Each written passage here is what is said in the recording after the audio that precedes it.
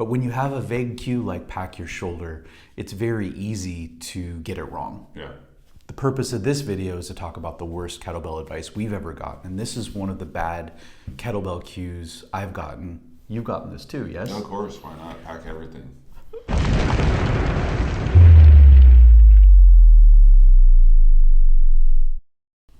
Welcome to Kettlebell Corner. So we got a question talking about the Hold on, that was very, why are you so aggressive? Seriously. Welcome to Kettlebell Corner. Did you get fired up because you watched the Game of Thrones guitar video? I actually didn't watch that yet. Welcome to Kettlebell Corner. Are we recording? Yeah, of course. Oh. Welcome to Kettlebell Corner. And we got a question about the press and shoulder packing, which led us to think about some of the worst kettlebell advice we've ever been given. And so that's what we're going to cover here today. All right, the first question, let's talk about the press. The question was, why do people shrug or recommend you shrug at the top of a barbell press and also recommend you pack your shoulders for a kettlebell press? So, Roger, why, would we do any of that? For the barbell press, the recommendation to shrug up at the top is to get the shoulder blades out of the way. What you're trying to avoid is impingement, which is when the good stuff underneath this area all those holding gets jammed and can cause some shoulder pain. Not everybody recommends a shrug. Many people do. And it is to upwardly rotate the scapula. Hold on to that. I'm going to explain that in a second. Holding. The kettlebell press is very often recommended with a packed shoulder. I don't know what a packed shoulder is. Some people seem to mean one thing, some people seem to mean another thing. Usually what it means is a pulling of the shoulder blades down and back. Sometimes people... Posture, trainer posture. Sometimes people use packed shoulder to mean maintaining contact of the scapula on the rib cage, which you need to do. That's totally logical. But when you have a vague cue like pack your shoulder, it's very easy to get it wrong. Yeah. The purpose of this video is to talk about the worst kettlebell advice we've ever gotten. And this is one of the bad kettlebell cues I've gotten. You've gotten this too, yes? Yeah, of course, why not? Pack everything. Luckily, I knew better. And I didn't do it, and I haven't done it, and my shoulders are fine because of it. One thing that you need to understand with pressing motions, okay? This bone here, the humerus, it attaches into the shoulder blade, the scapula. If you're going to orient your arm overhead, so if you're going to get your arm here, you need the scapula, which sits at an angle on your rib cage. You have to remember you've got a curved structure and another curved structure. You need this thing to upwardly rotate. If it doesn't upwardly rotate, then the place where the humerus fits into the scapula can't really point up. So it jams, essentially like a traffic block, right? It will, and if you look at the one side of the scapula, there's what they call the glenoid fossa. It's just like a little cup. People will often explain the glenoid fossa and the head of the humerus. Oh, we're doing this together. Almost like a golf ball on a tee. So imagine trying to fire a golf ball from a tee. You play golf. Oh, that's crooked. Yeah. It's not going to go so well. No. So essentially, what you're trying to do is you're trying to point the fossa up so the bone can move up. If you keep your shoulder blades back and down, and they don't move, packed, if you will, then you don't have room for that humerus to move. And when you look at what's called scapulohumeral rhythm, there's for every I think it's a 1-to-3 ratio. Okay. Basically, for every 3 degrees of motion the humerus will move, you get 1 degree of motion from the scapula. Okay. So that when everything adds up to getting overhead, that adds up to a pretty substantial loss of motion if the shoulder blade doesn't go along with the, or if the shoulder blade doesn't upwardly rotate. So we don't want packing of the shoulder.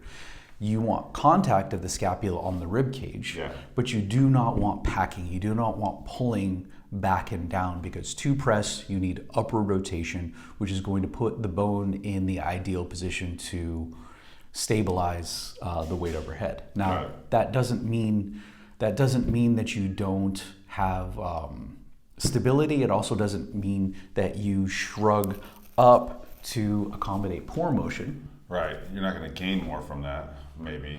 Right. Well, some people will. For some people, it's a cheat. If they don't have proper motion, they can do that, and that's not what we're talking That's not about. Be a strong press either way. Then. But your shoulder blade should come to what's called the mid-axillary line. I think axillary just means armpit. Okay, so it just comes if you feel it in the press. Yeah, that's a good armpit right there. You can feel the bone coming to that midline. It's a hell of a mid-axillary line you have. So you can feel that, and if you can feel that, then you know your scapula's in the right place, and you can get your arm overhead comfortably. I've got a good connection here. Everything is safe. Cool. So essentially, packing your shoulders, not good for the press on a kettlebell.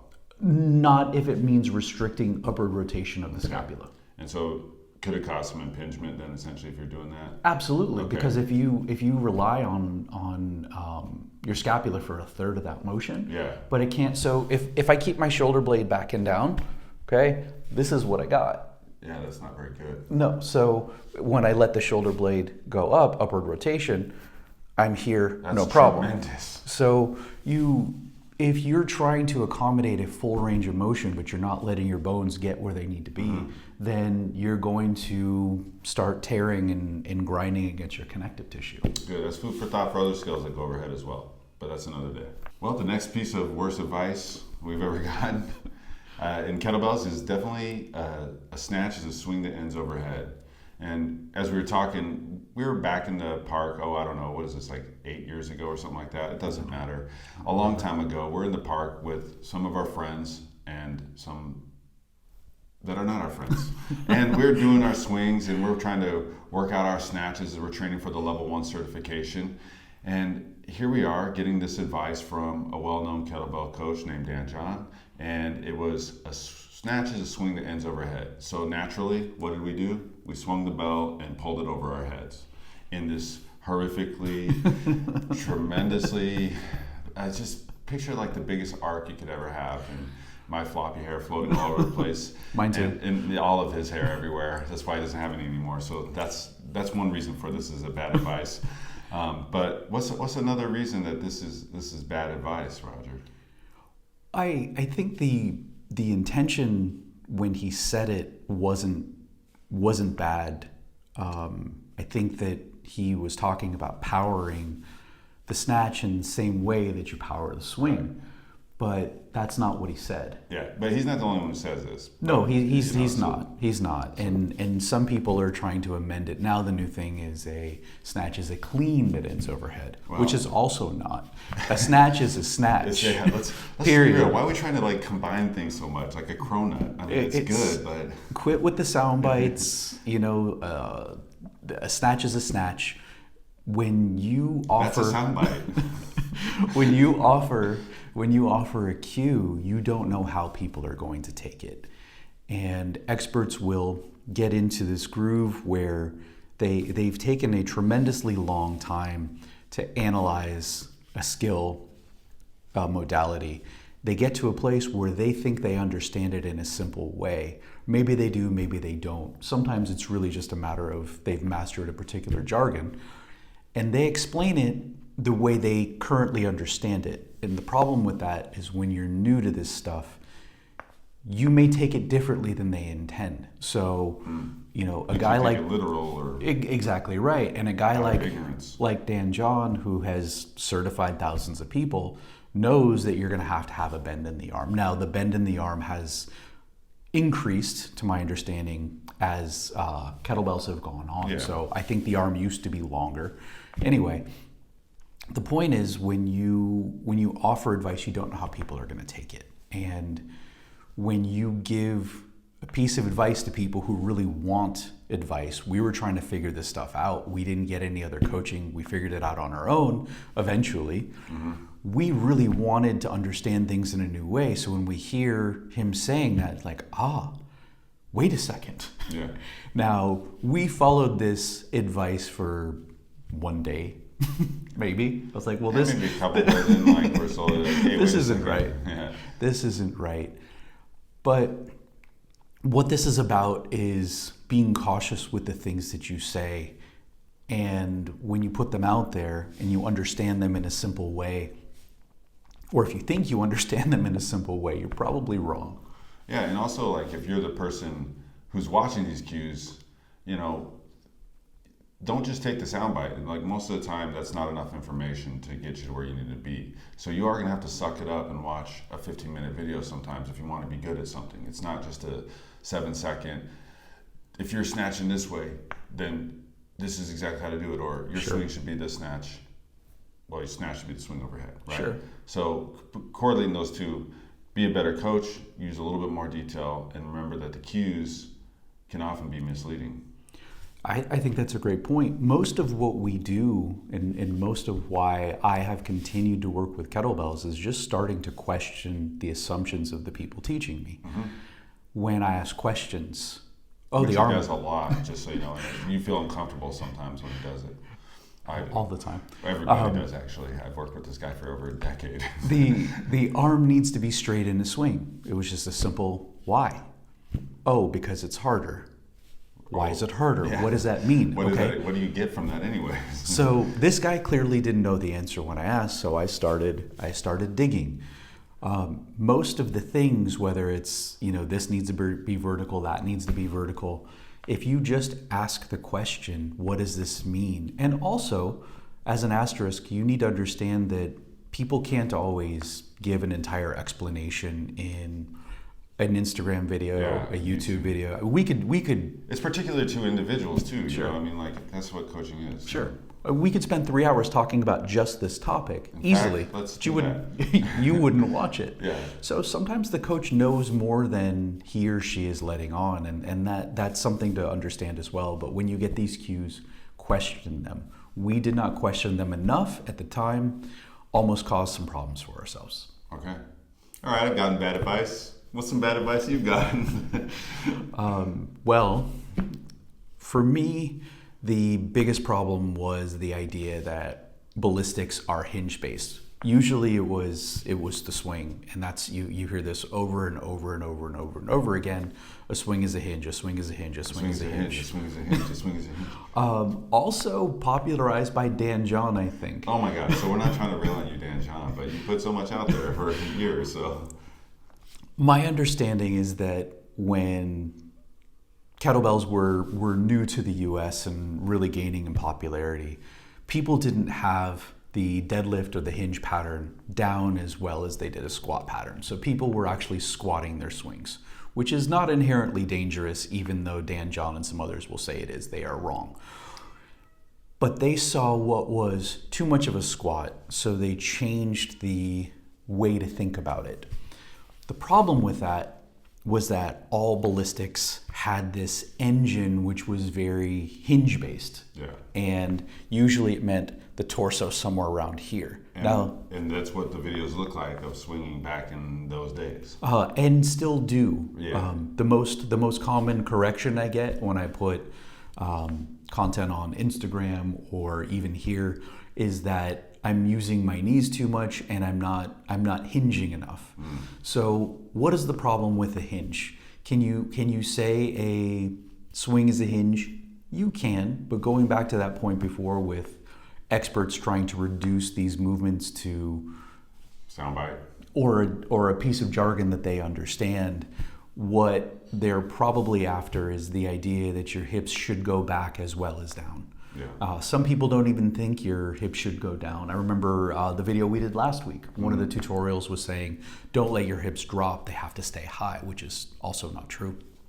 But if we understand a swing as a hinge, then that comes along with a couple bad ideas that are misleading and false. One being, the better the hinge, the deeper the hinge, the better the swing. This is not going to produce a better swing if you're after, if you're doing kettlebell sport, which I don't presume to know about or pretend to know about. This is a hardstyle kettlebell podcast. So. That may be a different thing, but for hardstyle, you are not going to get a better swing in this position. Your muscles are not going to have the mechanical advantage that they need. You're not going to push the floor. Yeah, you're not going to contract them as much as you need, right? You can't. Yeah. The force that a kettlebell is opposing is vertical. It's gravity.